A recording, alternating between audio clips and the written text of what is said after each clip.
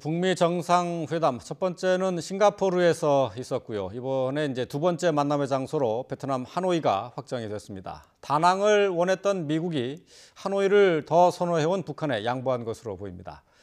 베트남 하노이에 취재 기자가 나가 있습니다. 김지선 기자. 네, 베트남 하노이에 나와 있습니다. 네, 자 하노이 이제 2차 북미 정상회담의 회담 장소로 최종 결정됐는데요. 현재 하노이 분위기 어떤지 전해주시죠.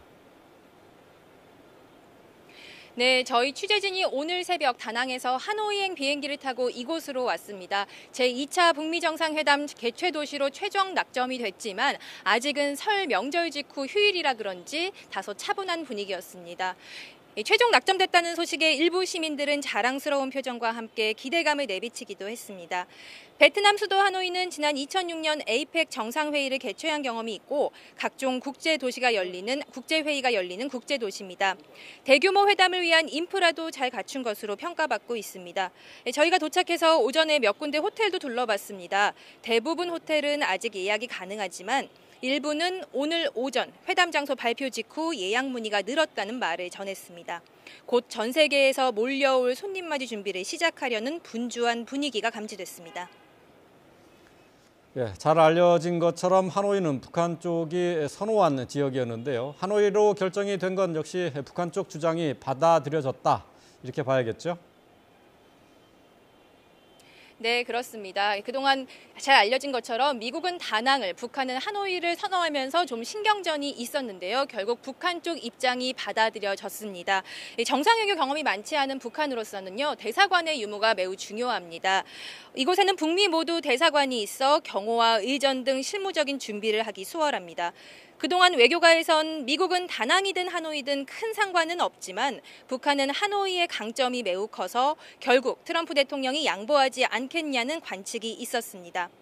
곧 김정은 위원장의 경호와 투숙 등 실무 점검을 할 북한 관계자들이 이곳 하노이를 찾을 것으로 보입니다. 앞서 1차 때는 김정일 일가의 집사로 불리는 김창선 부장이 직접 싱가포르 현지를 둘러보며 김 위원장이 머물 숙소를 보기도 했습니다. 자, 김정은 위원장이 하노이를 찾게 되면은 북미 정상회담과 함께 베트남 국빈 방문 가능성도 그만큼 높아졌다, 이렇게 볼 수 있겠죠? 네, 그렇습니다. 북한과 베트남은 오랜 우방국인 만큼 김정은 위원장은 국빈 자격으로 이곳 하노이를 찾을 것으로 보입니다. 제 뒤로 보이는 곳이요, 베트남 주석궁인데요. 김 위원장이 이곳을 찾아 응우옌 뿌쫑 베트남 주석과도 만날 것으로 보입니다. 북한 최고 지도자가 베트남 하노이를 방문하는 것은 54년 만입니다. 김 위원장의 할아버지인 김일성 전 주석이 지난 1958년 11월과 1964년 10월 하노이를 방문해 호치민 주석과 정상회담을 한 바 있습니다. 김 위원장이 중국과 싱가포르 이외의 국가를 방문하는 것은 이번이 처음입니다. 북미 정상회담에 이어 양자회담까지 겸한다면 김 위원장으로서는 정상국가 지도자로서의 면모를 떨칠 수 있는 기회가 될 수 있습니다. 지금까지 베트남 하노이에서 YTN 김지선입니다.